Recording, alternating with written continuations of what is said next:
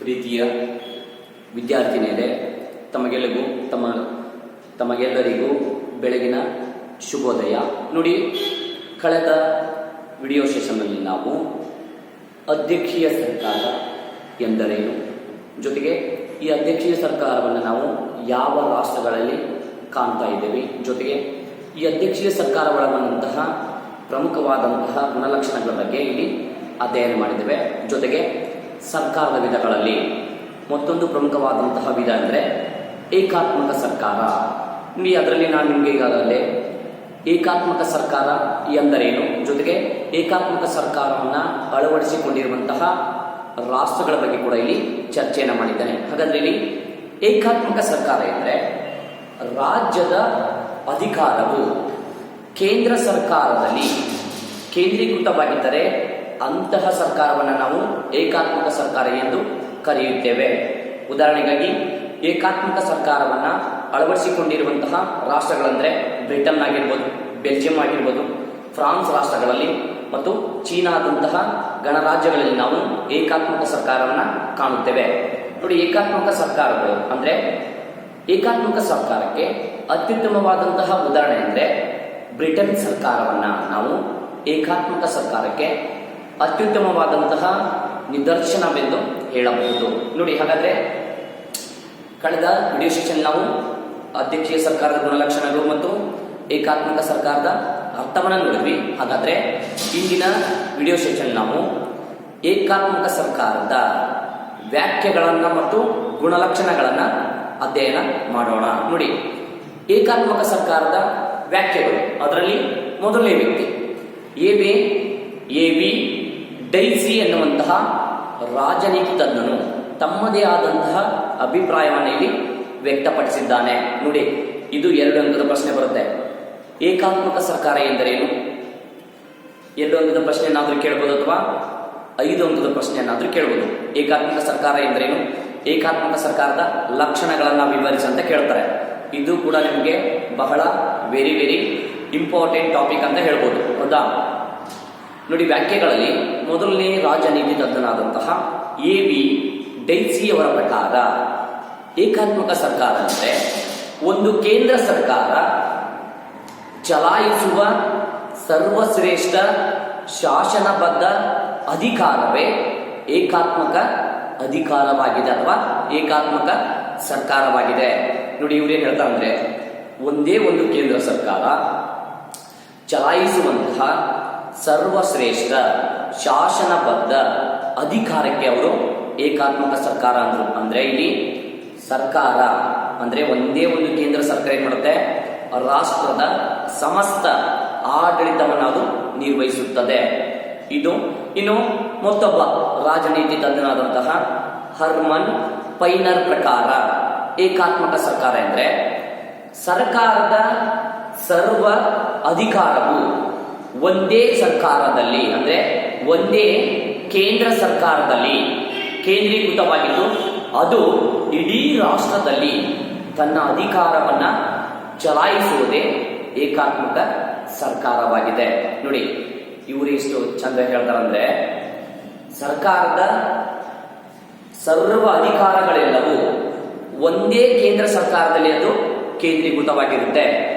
ಕೇಂದ್ರೀಕೃತವಾದಂತಹ ಅಧಿಕಾರವು ಇಡೀ ರಾಷ್ಟ್ರದಲ್ಲಿ ಚಲಾವಣೆ ಆಗ್ತಾ ಇದ್ದರೆ ಅದನ್ನೇ ಅವರು ಏನು ಕರೆದರು, ಏಕಾತ್ಮಕ ಸರ್ಕಾರ ಎಂದು ಕರೆದರು. ಇದು ಹರ್ಮನ್ ಪೈನರ್ ಅವರ ದೃಷ್ಟಿಕೋನದಲ್ಲಿ. ನೆಕ್ಸ್ಟ್, ವಿಲ್ಲೋಬಿ ಪ್ರಕಾರ ಏಕಾತ್ಮಕ ಸರ್ಕಾರ ಎಂದರೆ ಸಂವಿಧಾನದ ಎಲ್ಲಾ ಅಧಿಕಾರಗಳು ಒಂದು ಕೇಂದ್ರ ಸರ್ಕಾರದಲ್ಲಿ ಕೇಂದ್ರೀಕರಣವಾಗಿದ್ದು ಇಂತಹ ಕೇಂದ್ರವು ತನಗಿಷ್ಟ ಬಂದ ಹಾಗೆ ಪ್ರಾಂತ್ಯಗಳಿಗೆ ಅಧಿಕಾರವನ್ನ ಹಂಚುವಂತಹ ವ್ಯವಸ್ಥೆಗೆ ಅವರಿಂದ ಕರೆದರು ಏಕಾತ್ಮಕ ಸರ್ಕಾರ ಅಂತ ಕರೆದರು. ನೋಡಿ, ವಿಲ್ಲೋಬಿ ಅವರು ಹೇಳುವ ಪ್ರಕಾರ ಏಕಾತ್ಮಕ ಸರ್ಕಾರ ಅಂದ್ರೆ ಸಂವಿಧಾನದ ಎಲ್ಲಾ ಅಧಿಕಾರಗಳು ಇಲ್ಲಿ ಒಂದೇ ಕೇಂದ್ರ ಸರ್ಕಾರದಲ್ಲಿ ಕೇಂದ್ರೀಕರಣವಾಗಿರುತ್ತವೆ.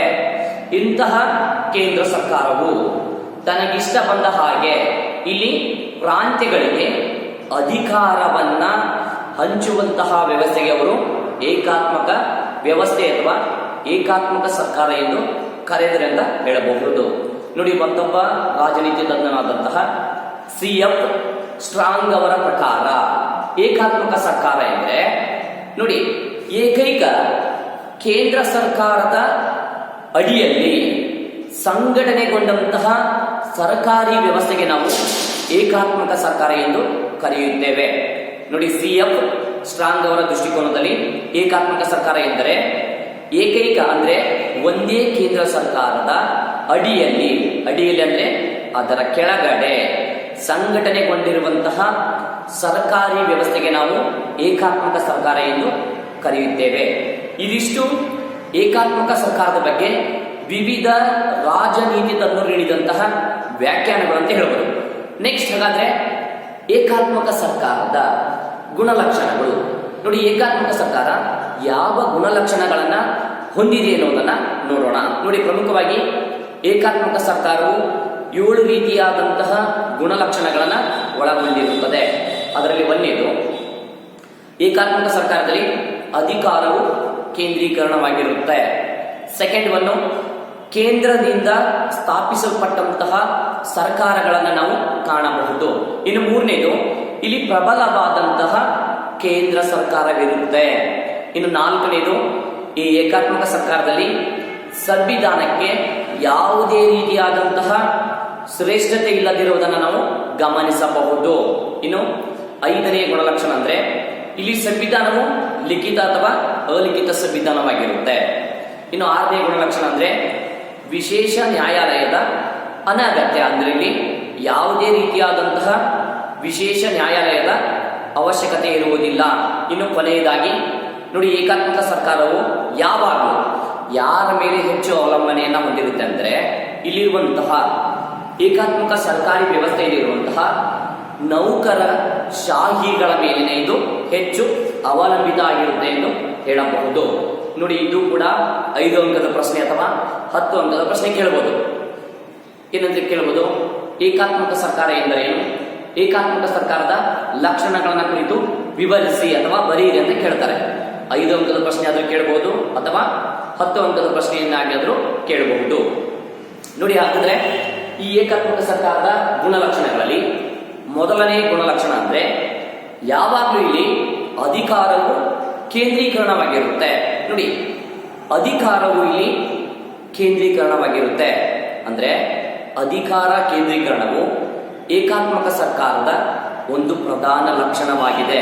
ಅಂದ್ರೆ ಶಾಸನೀಯ, ಕಾರ್ಯನೀಯ ಹಾಗೂ ನ್ಯಾಯಿಕ ಅಧಿಕಾರಗಳೆಲ್ಲವೂ ಒಂದೇ ಒಂದು ಕೇಂದ್ರ ಸರ್ಕಾರದಲ್ಲಿ ನೆಲೆಗೊಂಡಿರುತ್ತವೆ. ಅಂದ್ರೆ ಕೇಂದ್ರ ಸರ್ಕಾರದ ಪ್ರತಿನಿಧಿಗಳಂತಿರುವ ಎಲ್ಲ ರಾಜ್ಯ ಸರ್ಕಾರಗಳು ಕೇಂದ್ರ ಸರ್ಕಾರದಿಂದ ನೀಡಲ್ಪಟ್ಟಂತಹ ಅಧಿಕಾರಗಳನ್ನು ಮಾತ್ರ ಇಲ್ಲಿ ರಾಜ್ಯ ಸರ್ಕಾರಗಳು ಚಲಾಯಿಸುತ್ತವೆ ಎಂದು ಹೇಳಬಹುದು. ಅಂದ್ರೆ ಸಮಸ್ತ ರಾಷ್ಟ್ರದ ಸಮಸ್ತ ಅಧಿಕಾರಗಳೆಲ್ಲವೂ ಯಾವಾಗಲೂ ನಮ್ಮ ಕೇಂದ್ರ ಸರ್ಕಾರದಲ್ಲಿನೇ ಕೇಂದ್ರೀಕರಣವಾಗಿರುತ್ತೆ ಎಂದು ಹೇಳಬಹುದು. ಹಾಗಾಗಿ ಏಕಾತ್ಮಕ ಸರ್ಕಾರಿ ವ್ಯವಸ್ಥೆಯಲ್ಲಿ ನಾವು ಅಧಿಕಾರದ ಕೇಂದ್ರೀಕರಣವನ್ನ ನಾವು ಕಾಣಬಹುದು. ಇದು ಮೊದಲನೆಯ ಗುಣಲಕ್ಷಣ. ಇನ್ನು ಎರಡನೆಯ ಗುಣಲಕ್ಷಣ ಅಂದ್ರೆ ಏಕಾತ್ಮಕ ಸರ್ಕಾರಿ ವ್ಯವಸ್ಥೆಯಲ್ಲಿ ಅಥವಾ ಏಕಾತ್ಮಕ ಸರ್ಕಾರದ ಪದ್ಧತಿಯಲ್ಲಿ ನಾವು ಯಾವಾಗಲೂ ಕೇಂದ್ರ ಸರ್ಕಾರದಿಂದ ಸ್ಥಾಪಿಸಲ್ಪಟ್ಟಂತಹ ಸರ್ಕಾರಗಳನ್ನ ಇಲ್ಲಿ ಕಾಣಬಹುದು. ನೋಡಿ, ಪ್ರಾಯೋಗಿಕವಾಗಿ ಹೇಳುವುದಾದರೆ ಸಮಸ್ತ ರಾಷ್ಟ್ರದ ಆಡಳಿತವನ್ನ ನಿರ್ವಹಿಸುವುದು ಕೇಂದ್ರ ಸರ್ಕಾರ ಇಲ್ಲ, ಹೌದಾ? ಆದರೆ ಇಡೀ ರಾಷ್ಟ್ರದ ಆಡಳಿತ ವ್ಯವಸ್ಥೆಯನ್ನ ಕೇಂದ್ರ ಸರ್ಕಾರ ಒಂದೇ ಇಲ್ಲಿ ನಿರ್ವಹಿಸುವುದಕ್ಕೆ ಆಗುವುದಿಲ್ಲ. ಆದ್ದರಿಂದ ಇಲ್ಲಿ ಕೇಂದ್ರ ಸರ್ಕಾರ ಏನ್ ಮಾಡಿಕೊಂಡಿರುತ್ತೆ ಅಂದ್ರೆ ಕೇಂದ್ರ ಸರ್ಕಾರವು ತನ್ನ ಅನುಕೂಲಕ್ಕಾಗಿ ಅಥವಾ ಆಡಳಿತದ ಅನುಕೂಲಕ್ಕಾಗಿ ರಾಜ್ಯ ಸರ್ಕಾರಗಳನ್ನ ಇಲ್ಲಿ ಸೃಷ್ಟಿ ಮಾಡಿರುತ್ತದೆ. ಜೊತೆಗೆ ಈ ಪದ್ಧತಿಯಲ್ಲಿ ಅಂದ್ರೆ ಏಕಾತ್ಮಕ ವ್ಯವಸ್ಥೆಯಲ್ಲಿ ಆಡಳಿತವನ್ನ ಸರಿಯಾಗಿ ನಡೆಸಿಕೊಂಡು ಹೋಗುವುದಕ್ಕಾಗಿನೇ ಕೆಲವೊಂದಿಷ್ಟು ಪ್ರಾಂತೀಯ ಸರ್ಕಾರಗಳನ್ನು ಇಲ್ಲಿ ರಚನೆ ಮಾಡುತ್ತೆ. ನೋಡಿ, ರಚನೆಯಾದಂತಹ ಪ್ರಾಂತೀಯ ಸರ್ಕಾರಗಳು ಇವುಗಳು ಯಾವಾಗಲೂ ಕೇಂದ್ರ ಸರ್ಕಾರ ನೀಡಿದಂತಹ ಅಧಿಕಾರಗಳನ್ನ ಮಾತ್ರ ಇವು ಚಲಾಯಿಸುತ್ತದೆ. ಅಂದ್ರೆ ರಾಜ್ಯ ಸರ್ಕಾರಗಳಾಗಿರ್ಬೋದು ಅಥವಾ ಪ್ರಾಂತೀಯ ಸರ್ಕಾರಗಳು ಕೇಂದ್ರ ಸರ್ಕಾರ ನಿಗದಿಗೊಳಿಸಿದಂತಹ ಅಧಿಕಾರಗಳನ್ನ ಮಾತ್ರ ಅದು ಚಲಾಯಿಸಬೇಕಾಗುತ್ತೆ. ಜೊತೆಗೆ ಇಲ್ಲಿ ರಚನೆಗೊಂಡಿರುವಂತಹ ಪ್ರಾಂತೀಯ ಸರ್ಕಾರಗಳು ಅವುಗಳು ಯಾವಾಗ ಬೇಕಾದರೂ ಪತನಗೊಳ್ಳಬಹುದು. ಅಂದ್ರೆ ಯಾವಾಗಲೂ ಪ್ರಾಂತೀಯ ಸರ್ಕಾರಗಳು ಇಲ್ಲಿ ಸೃಷ್ಟಿಗೊಂಡಿರುವುದೇ ಕೇಂದ್ರ ಸರ್ಕಾರದಿಂದ, ಹೌದಾ? ಹಾಗಾಗಿ ಕೇಂದ್ರ ಸರ್ಕಾರ ಏನ್ ಮಾಡುತ್ತೆ, ತನಗಿಷ್ಟ ಬಂದಾಗ ಆ ಪ್ರಾಂತೀಯ ಸರ್ಕಾರಗಳನ್ನ ಇಲ್ಲಿ ಏನ್ ಮಾಡುತ್ತೆ, ರದ್ದುಪಡಿಸುತ್ತದೆ. ಜೊತೆಗೆ ಅವುಗಳಿಗೆ ನೀಡುವಂತಹ ಅಧಿಕಾರವನ್ನು ಅದು ಹಿಂತೆಗೆದುಕೊಳ್ಳಬಹುದು. ಹಾಗಾಗಿ ಇಲ್ಲಿ ಯಾವಾಗಲೂ ಈ ಪದ್ಧತಿಯಲ್ಲಿ ರಾಜ್ಯ ಸರ್ಕಾರಗಳು ಸಂವಿಧಾನದಿಂದ ಸೃಷ್ಟಿಯಾಗಿವೆ ಎಂಬುದನ್ನು ಮಾತ್ರ ಇಲ್ಲಿ ಗಮನಿಸಬೇಕಾದಂತಹ ಅಂಶವಾಗಿದೆ. ಇಲ್ಲಿರುವಂತಹ ರಾಜ್ಯ ಸರ್ಕಾರಗಳು ಯಾವಾಗಲೂ ಸಂವಿಧಾನಬದ್ಧವಾಗಿಯೇ ಇಲ್ಲಿ ಸೃಷ್ಟಿಗೊಂಡಿರುತ್ತೆ. ಆದರೂ ಸಹಿತ ಕೇಂದ್ರ ಸರ್ಕಾರ ಏನ್ ಮಾಡುತ್ತೆ, ರಾಜ್ಯ ಸರ್ಕಾರಗಳಿಗೆ ರಾಷ್ಟ್ರದ ಆಡಳಿತವನ್ನು ನಡೆಸಲಿಕ್ಕೆ ಸಾಧ್ಯವಾಗದೆ ಕೇಂದ್ರ ಸರ್ಕಾರ ಏನ್ ಮಾಡುತ್ತೆ, ರಾಜ್ಯ ಸರ್ಕಾರಗಳಿಗೂ ಕೂಡ ಕೆಲವೊಂದಿಷ್ಟು ಅಧಿಕಾರಗಳನ್ನ ನೀಡಿರುತ್ತೆ. ಇದಿಷ್ಟು ಅಂದ್ರೆ ಎರಡನೇ ಗುಣಲಕ್ಷಣ. ಅಂದ್ರೆ ಇಲ್ಲಿ ಕೇಂದ್ರದಿಂದ ಸ್ಥಾಪಿಸಲ್ಪಟ್ಟಂತಹ ಸರ್ಕಾರದ ವಿವಿಧ ಘಟಕಗಳನ್ನು ನಾವು ಕಾಣಬಹುದು. ಇದು ಎರಡನೇ ಗುಣಲಕ್ಷಣ. ಇನ್ನು ಮೂರನೇ ಗುಣಲಕ್ಷಣ ಅಂದ್ರೆ ಈ ಏಕಾತ್ಮಕ ಸರ್ಕಾರಿ ವ್ಯವಸ್ಥೆಯಲ್ಲಿ ನಾವು ಪ್ರಬಲವಾದಂತಹ ಕೇಂದ್ರ ಸರ್ಕಾರಗಳನ್ನ ಕಾಣಬಹುದು ಅಥವಾ ನೋಡಬಹುದು. ನೋಡಿ, ಏಕಾತ್ಮಕ ಸರ್ಕಾರವು ಏಕೈಕ ಪ್ರಬಲ ಕೇಂದ್ರ ಸರ್ಕಾರವನ್ನ ಹೊಂದಿರುತ್ತದೆ. ಇದು ಇಡೀ ರಾಷ್ಟ್ರಕ್ಕೆ, ಅಂದ್ರೆ ಕೇಂದ್ರ ಸರ್ಕಾರ ಒಂದೇ ಇಡೀ ರಾಷ್ಟ್ರಕ್ಕೆ ಬೇಕಾಗುವಂತಹ ಆಡಳಿತವನ್ನ ನಡೆಸುತ್ತದೆ. ಜೊತೆಗೆ ಇಲ್ಲಿನ ಒಂದೇ ಶಾಸಕಾಂಗವು, ಅಂದ್ರೆ ಕೇಂದ್ರದ ಶಾಸಕಾಂಗವು ಇಡೀ ದೇಶಕ್ಕೆ ಬೇಕಾದಂತಹ ಅಥವಾ ಅಗತ್ಯವಾದಂತಹ ಎಲ್ಲ ಕಾನೂನುಗಳನ್ನ ರಚನೆ ಮಾಡುತ್ತೆ. ಜೊತೆಗೆ ರಚನೆ ಆದ ನಂತರ ಆ ಎಲ್ಲ ಕಾನೂನುಗಳನ್ನ ರಾಷ್ಟ್ರದಲ್ಲಿ ಮತ್ತು ನಮ್ಮ ಭಾರತ ದೇಶದ ಎಲ್ಲ ರಾಜ್ಯಗಳಲ್ಲಿಯೂ, ಅಂದ್ರೆ ಯಾವ ರಾಷ್ಟ್ರದಲ್ಲಿ ಏಕಾತ್ಮಕ ಸರ್ಕಾರ ಇತ್ತೋ ಆ ಎಲ್ಲ ರಾಜ್ಯಗಳಲ್ಲಿ ನಾವು ಅವುಗಳನ್ನ ಅನುಷ್ಠಾನಕ್ಕೆ ತರುತ್ತದೆ ಎಂದು ಹೇಳಬಹುದು. ಹಾಗಾಗಿ ಏಕಾತ್ಮಕ ಸರ್ಕಾರಿ ವ್ಯವಸ್ಥೆಯಲ್ಲಿ ಪ್ರಬಲವಾದಂತಹ ಕೇಂದ್ರ ಸರ್ಕಾರವಿರುತ್ತೆ.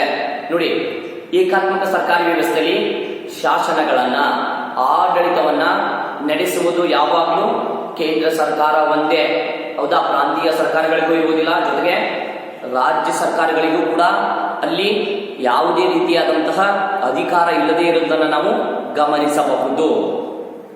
ಇದು ಮೂರನೇ ಲಕ್ಷಣ ಅಂತ ಹೇಳ್ಬೋದು.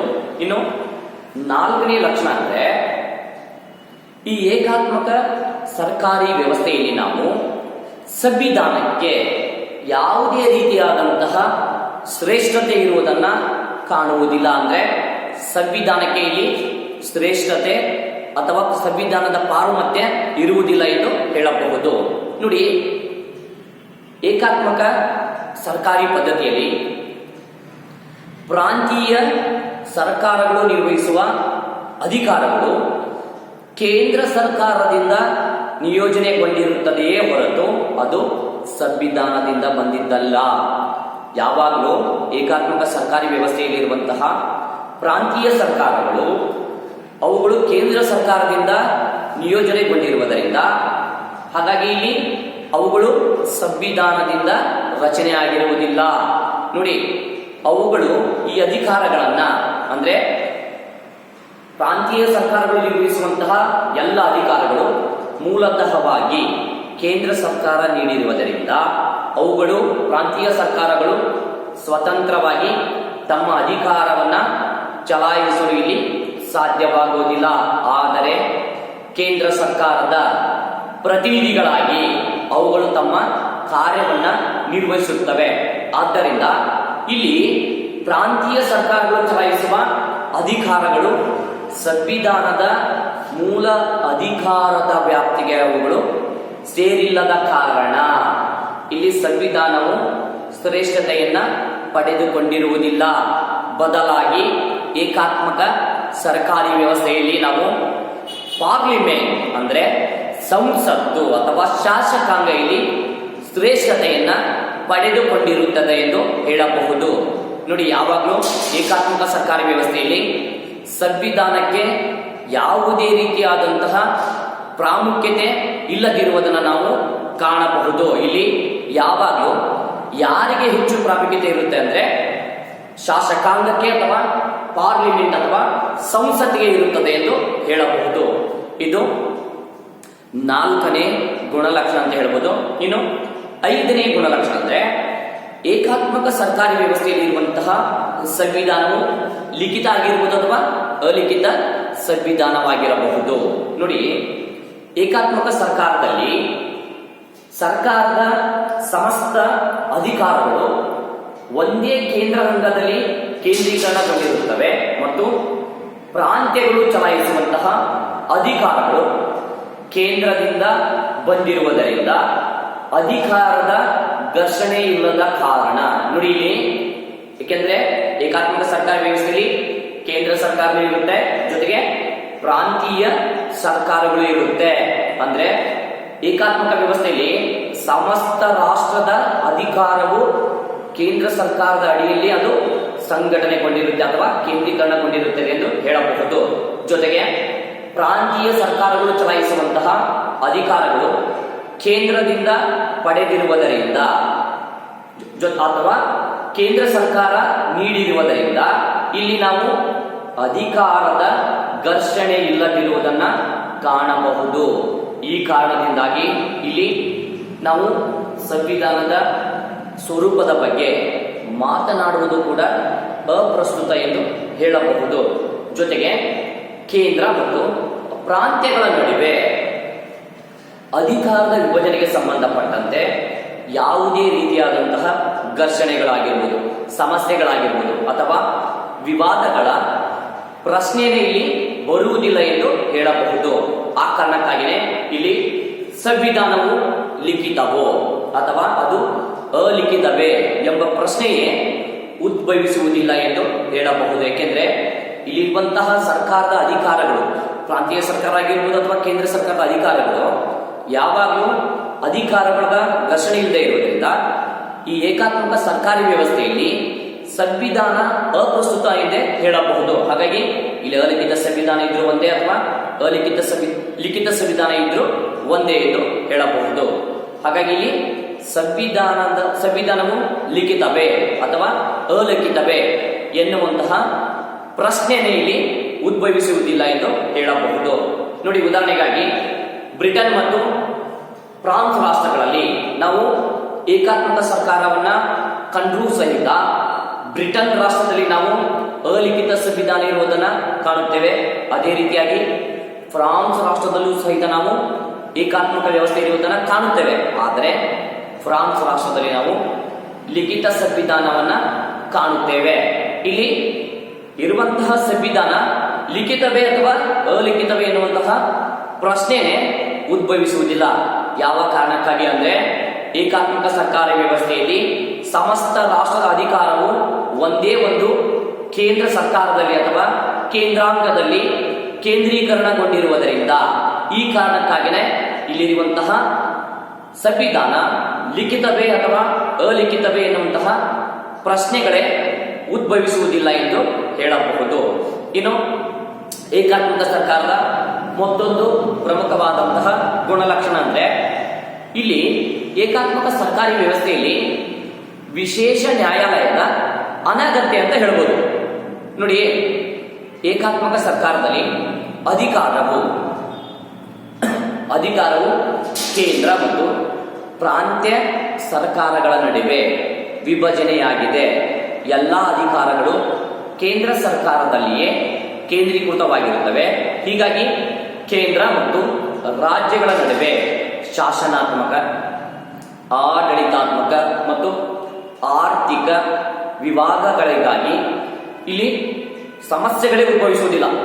ಶಾಸನ ವಿಷಯಕ್ಕೆ ಸಂಬಂಧಪಟ್ಟಂತೆ ಆಗಿರ್ಬೋದು, ಆಡಳಿತಾತ್ಮಕ ವಿಷಯಕ್ಕೆ ಸಂಬಂಧಪಟ್ಟಂತೆ ಆಗಿರ್ಬೋದು ಮತ್ತು ಆರ್ಥಿಕ ವಿಷಯಕ್ಕೆ ಸಂಬಂಧಪಟ್ಟಂತೆ ಯಾವುದೇ ರೀತಿಯಾದಂತಹ ವಿವಾದಗಳು ಇಲ್ಲಿ ಉದ್ಭವಿಸುವುದಿಲ್ಲ. ಆದ್ದರಿಂದ ಇಂತಹ ಪರಿಸ್ಥಿತಿಯಲ್ಲಿ ಕೇಂದ್ರ ಮತ್ತು ರಾಜ್ಯಗಳ ನಡುವೆ ಯಾವುದೇ ವಿವಾದಗಳು ಬರುವುದಿಲ್ಲವಾದ್ದರಿಂದ ಇಲ್ಲಿ ಅಂದ್ರೆ ಏಕಾತ್ಮಕ ಸರ್ಕಾರಿ ವ್ಯವಸ್ಥೆಯಲ್ಲಿ ವಿಶೇಷ ನ್ಯಾಯಾಲಯದ ಅನಗತ್ಯ ಎಂದು ಹೇಳಬಹುದು. ಅಂದ್ರೆ ಇಲ್ಲಿ ಯಾವ ಬೇಕು ನಮಗೆ ಅಂದ್ರೆ ವಿಶೇಷ ನ್ಯಾಯಾಲಯಗಳು ಯಾವುದಾದ್ರೂ ಸಮಸ್ಯೆ ಇದ್ದಾಗ ಕೇಂದ್ರ ಸರ್ಕಾರಕ್ಕೂ ಮತ್ತು ಪ್ರಾಂತೀಯ ಸರ್ಕಾರಗಳ ಮಧ್ಯೆ ಯಾವುದೇ ರೀತಿಯಾದಂತಹ ವಿವಾದ, ಘರ್ಷಣೆ, ಸಮಸ್ಯೆಗಳು ಉದ್ಭವ ಇಲ್ಲದೇ ಇದ್ದಾಗ ಇಲ್ಲಿ ನ್ಯಾಯಾಲಯದ ಅವಶ್ಯಕತೆ ಬರುವುದಿಲ್ಲ. ಹಾಗಾಗಿ ಏಕಾತ್ಮಕ ಸರ್ಕಾರಿ ವ್ಯವಸ್ಥೆಯಲ್ಲಿ ನಾವು ವಿಶೇಷ ನ್ಯಾಯಾಲಯವು ಅನಗತ್ಯ ಎಂದು ಹೇಳಬಹುದು. ಇನ್ನು ಏಕಾತ್ಮಕ ಸರ್ಕಾರದ ಕೊನೆಯ ಗುಣಲಕ್ಷಣ ಅಂದ್ರೆ ನೋಡಿ, ಯಾವಾಗಲೂ ಏಕಾತ್ಮಕ ಸರ್ಕಾರಿ ವ್ಯವಸ್ಥೆಯು ನೌಕರಶಾಹಿಗಳ ಮೇಲೆ ಹೆಚ್ಚು ಅವಲಂಬನೆಯನ್ನ ಹೊಂದಿರುತ್ತದೆ ಎಂದು ಹೇಳಬಹುದು. ನೋಡಿ, ಏಕಾತ್ಮಕ ಸರ್ಕಾರದಲ್ಲಿ ಅಧಿಕಾರ ಕೇಂದ್ರೀಕರಣದ ಫಲವಾಗಿ ಇಡೀ ರಾಷ್ಟ್ರದ ಆಡಳಿತ ಜವಾಬ್ದಾರಿ ಇಲ್ಲಿ ಯಾರ ಮೇಲೆ ಇರುತ್ತೆ? ನೋಡಿ, ಏಕಾತ್ಮಕ ಸರ್ಕಾರದಲ್ಲಿ ಅಧಿಕಾರ ಕೇಂದ್ರೀಕರಣದ ಫಲವಾಗಿನೇ ಇಡೀ ರಾಷ್ಟ್ರದ ಆಡಳಿತ ಜವಾಬ್ದಾರಿ ಯಾವಾಗಲೂ ಇಲ್ಲಿ ಕೇಂದ್ರ ಸರ್ಕಾರದ ಮೇಲೇನೆ ಅವಲಂಬಿತವಾಗಿರುತ್ತದೆ ಎಂದು ಹೇಳಬಹುದು. ಹೀಗಾಗಿ ಸಹಜವಾಗಿ ಕೇಂದ್ರ ಸರ್ಕಾರವು ಆಡಳಿತವನ್ನ ನಿರ್ವಹಿಸುವುದಕ್ಕಾಗಿಯೇ ಅನಿವಾರ್ಯವಾಗಿ ಕೇಂದ್ರ ಸರ್ಕಾರ ಇಲ್ಲಿ ನೌಕರ ಶಾಹಿಯ ಮೇಲೇನೆ ಅದು ಹೆಚ್ಚು ಅವಲಂಬನೆಯಾಗುವಂತಹ ಪರಿಸ್ಥಿತಿಯು ಇಲ್ಲಿ ಸಹಜವಾಗಿಯೇ ಮೂಡುತ್ತದೆ ಎಂದು ಹೇಳಬಹುದು. ನೋಡಿ, ಇಡೀ ರಾಷ್ಟ್ರದ ಆಡಳಿತವನ್ನ ಒಂದೇ ಒಂದು ಕೇಂದ್ರ ಸರ್ಕಾರ ಇಲ್ಲಿ ನಡೆಸುವುದಕ್ಕೆ ಸಾಧ್ಯವಿಲ್ಲ. ಆಡಳಿತವು ಸುಗಮವಾಗಿ ಸುಲಲಿತವಾಗಿ ನಡೆಯಬೇಕಾದ್ರೆ ಇಲ್ಲಿ ನೌಕರರು ಅವಶ್ಯವಾಗಿ ಬೇಕೇ ಬೇಕು. ಹಾಗಾಗಿನೇ ಏಕಾತ್ಮಕ ಸರ್ಕಾರದಲ್ಲಿರುವಂತಹ ಕೇಂದ್ರ ಸರ್ಕಾರವು ಆಡಳಿತವನ್ನು ನಡೆಸುವ ದೃಷ್ಟಿಕೋನದಿಂದಾಗಿ ಅದು ಯಾವಾಗಲೂ ತನ್ನ ನೌಕರಶಾಹಿಗಳ ಮೇಲೆ ಇಲ್ಲಿ ಹೆಚ್ಚು ಅವಲಂಬನೆಯಾಗಿದೆ ಎಂದು ಹೇಳಬಹುದು. ಇದಿಷ್ಟು ಏಕಾತ್ಮಕ ಸರ್ಕಾರದ ಅರ್ಥ. ಏಕಾತ್ಮಕ ಸರ್ಕಾರಕ್ಕೆ ಸಂಬಂಧಪಟ್ಟಂತೆ ವಿವಿಧ ರಾಜನೀತಿ ತಜ್ಞರು ನೀಡಿದಂತಹ ವ್ಯಾಖ್ಯೆಗಳು ಅಂತ ಹೇಳುವುದು, ಜೊತೆಗೆ ಏಕಾತ್ಮಕ ಸರ್ಕಾರ ಒಳಗೊಂಡಿರುವಂತಹ ಗುಣಲಕ್ಷಣಗಳಂತ ಹೇಳಬಹುದು. ನೋಡಿ, ಮತ್ತೆ ಮುಂದಿದ್ದು ಕೊನೆಯ ವಿಧ, ಸರ್ಕಾರದ ವಿಧಗಳಲ್ಲಿ ಮತ್ತೊಂದು ವಿಧ ಅಂದ್ರೆ ಸಂಯುಕ್ತಾತ್ಮಕ ಸರ್ಕಾರ ಅಥವಾ ಸಂಯುಕ್ತ ಸರ್ಕಾರ ಅಂತ ಹೇಳಬಹುದು. ಈ ಸಂಯುಕ್ತ ಸರ್ಕಾರವನ್ನು ನಾನು ನಿಮಗೆ ಮುಂದಿನ ತರಗತಿಯಲ್ಲಿ ತಿಳಿಸ್ಕೊಡ್ತೇನೆ. ನೋಡಿ, ಇದು ಕೂಡ ಬಹಳ ವೆರಿ ವೆರಿ ಇಂಪಾರ್ಟೆಂಟ್ ಟಾಪಿಕ್ ಅಂತ ಹೇಳ್ಬೋದು. ಇಲ್ಲಿ ನಿಮಗೆ ಕ್ವಶನ್ ಕೇಳ್ತಾರೆ, ಹೌದಾ, ಸಂಯುಕ್ತ ಸರ್ಕಾರ ಎಂದರೇನು? ಇದು 2 ಅಂಕದ ಪ್ರಶ್ನೆ. ಸಂಯುಕ್ತ ಸರ್ಕಾರಕ್ಕೆ ಉದಾಹರಣೆಯನ್ನು ನೀಡಿ ಅಥವಾ ಸಂಯುಕ್ತ ಸರ್ಕಾರದ ಲಕ್ಷಣಗಳನ್ನು ಕುರಿತು ವಿವರಿಸಿ ಅಂತ ಕೇಳ್ತಾರೆ. ಇದನ್ನ ನಾನು ನಿಮಗೆ ಮುಂದಿನ ತರಗತಿಯಲ್ಲಿ ತಿಳಿಸ್ಕೊಡ್ತೀನಿ.